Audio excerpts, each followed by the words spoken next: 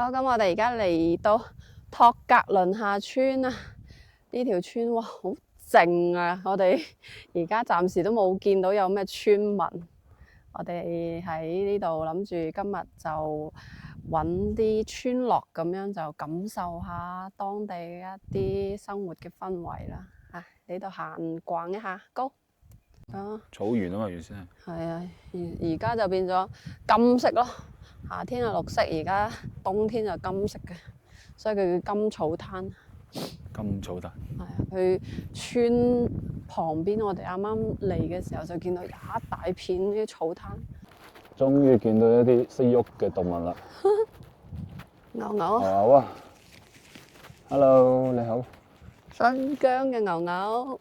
呢隻係奶牛嚟嘅。係咯，黑白奶牛嘛。Hello。佢呢度咧都會有民宿啦，可以俾你喺度住嘅。但係而家唔知係咪冬天咧，佢淡季咧人少，所以好似有啲民宿佢都冇開到啊。好明顯啦，我哋而家睇到，除咗我哋，暫時都冇咩其他嘅遊客。因為佢喺最出片嘅時候咧，就係夏天，嗰啲草堆全部綠油油，哇！又好似啲油畫咁樣啊！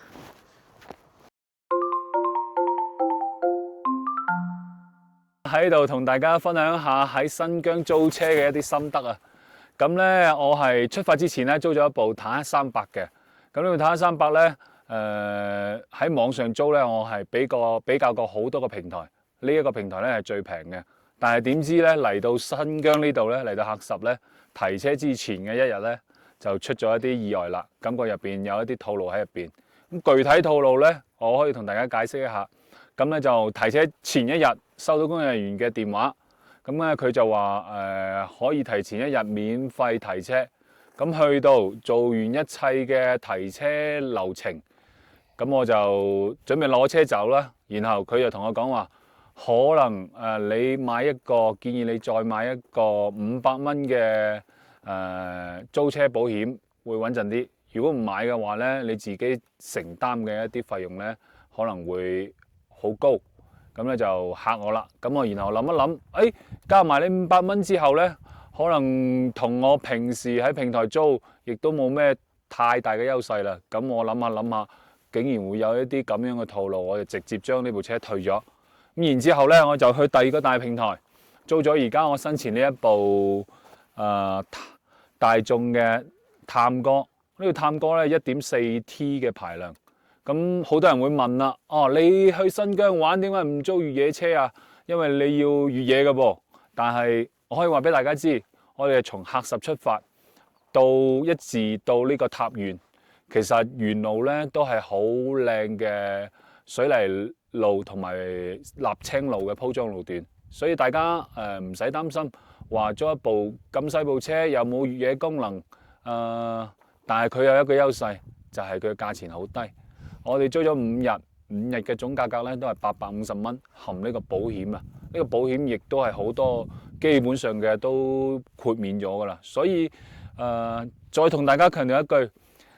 你要凹造型或者係話要裝杯嘅話咧，你可以租一部類似坦克300呢啲咁嘅輕型越野車，或者係話更加價錢高嘅，佢有啲陸地巡洋艦啊，各方面嘅啲更強大嘅4驅越野車。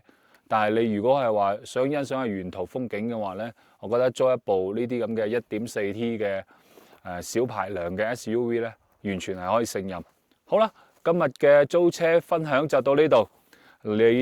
大家如果要嚟新疆玩嘅話咧，租車一定要注意，因為好容易踩入個坑度。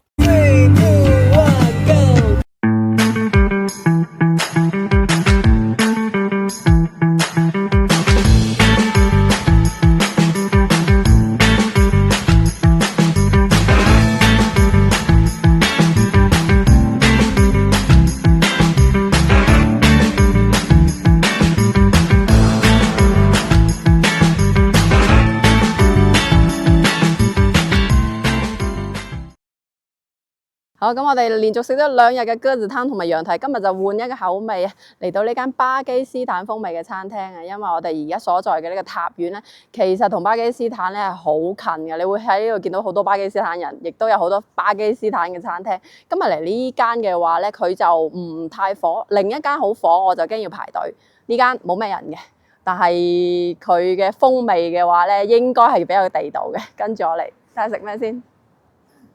佢哋都食咖喱喎。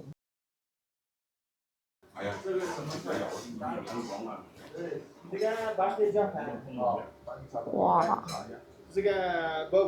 哇！好靚喎薄餅。哦。上晒菜啦，咁啊呢個係薄餅，薄餅啊，好薄好薄。然後咧呢個就係咖喱牛肉，呢個就係牦牛肉咖喱啊。佢嘅咖喱同印度嗰種咖喱風味又唔一樣喎，佢冇咁勁，冇咁濃喎嗰個咖喱味，牦牛肉嘅香味會多啲。然後呢個咧就係巴鐵嘅抓飯，素抓飯。其實我感覺佢哋嘅飲食同新疆呢邊咧係有啲類似嘅，因為新疆又中意食素抓飯啊嘛。好，你試下呢個薄餅先。其實唔知佢嘅食法係點嘅，因為乾食定係要沾呢個醬。乾食係冇乜味嘅，就係有啲烤到燶燶地咁樣，係啊，應該係要沾呢個醬食先會。你試下細塊，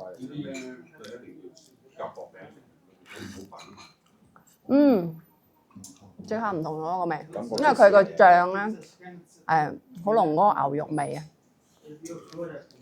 所以應該係配住嚟一齊食，咁樣就啱啦。再嚟試下呢個抓飯。佢啲米係好乾身嘅，同埋你食落去咧，佢甚至有少少旱啊。佢入邊係會加咗一啲去真係佢啲風味嗰啲香料咧，有啲似炒飯啦，個炒飯嘅感覺。咁呢個我睇落應該係似係雞肉，佢啲雞肉都係有醬，唔會食落去唔會咁 dry 啊。試下先。雞肉嗰個感覺係有啲柴柴地，但係夾住嚟食咧，配嚟食咧，仲係可以就係個肉有少少柴，個飯係香嘅。嚟一啖巴基斯坦奶茶。奶好重啊，奶重，咁嗰個茶味就淡少少。係呢一杯嘅話，奶味比較重。3蚊雞啫喎。係啊，但係好抵，3蚊雞。咁啊呢度我諗全部加埋都唔超過50蚊。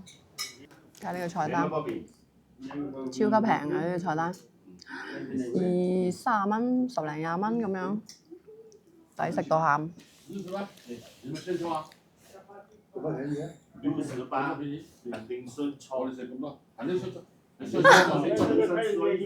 蚊冇可能咁啊食咁多嘢。佢啲嘢平啊，係咪啊？不如係4、6碟。雙子座。巴基斯坦大廚啊，謝謝。你來這裡中國來了多久了？來這邊？你們塔吉克人嘛？啊？塔吉克人，我是這個20年的。哦，就是05年就來這邊。這個印度學生，這個巴鐵學生。哦，那這個阿富汗的學生。哦，那為什麼會來到塔縣這邊開這個店？退休那邊的。哦，退休了，那邊已經。哦，在這裡開了多久了？這個4個月的。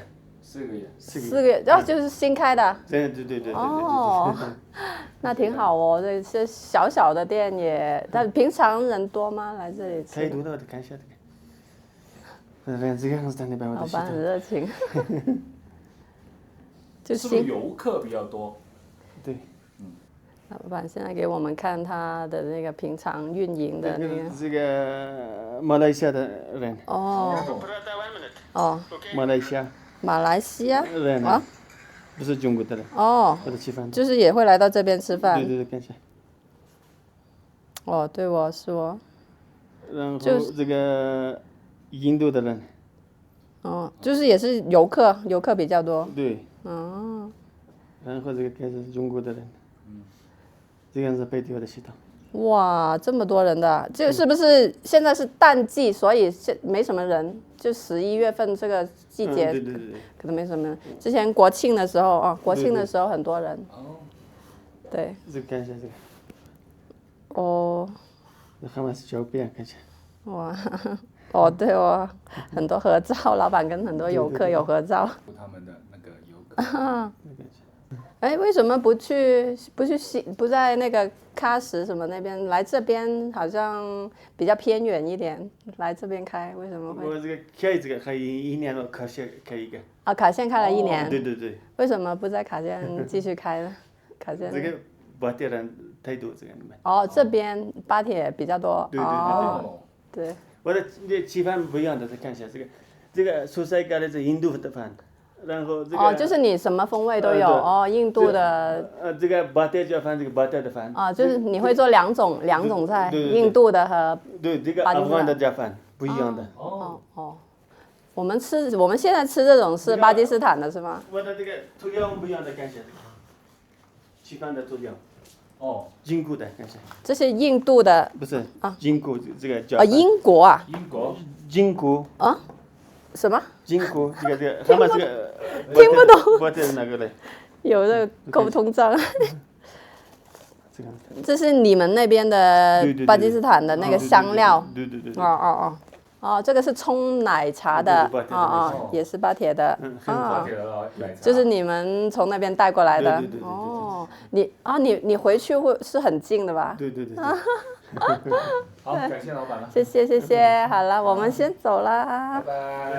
拜拜。再见，巴基斯坦怎么说？再见。Hotafis。嗯。OK，Hotafis。拜拜。食完巴基斯坦菜呢，咁我哋就嚟行下呢個巴鐵夜市啊。